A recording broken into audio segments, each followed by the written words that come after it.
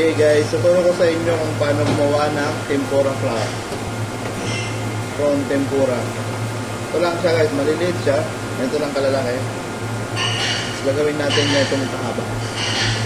Ito lang siya. May technique yung para magawa. Iwain lang konti-konti dito. Dulo na to.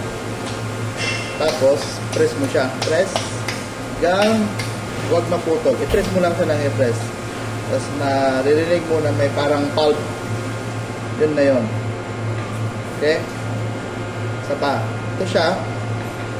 Ito. Gagawin natin. Ito.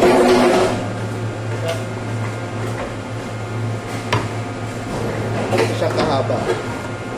Paano gawin? Ikat mo siya dito banda. Dito. Ikat mo siya lang. Pero hindi masyadong malaki. Kunti lang. Normal. Kita ko sa inyo. Ganito lang. Ganito lang siya guys. Tapos, ayun sa chopping board nyo, pulp, press nyo siya nang hindi maputol dapat.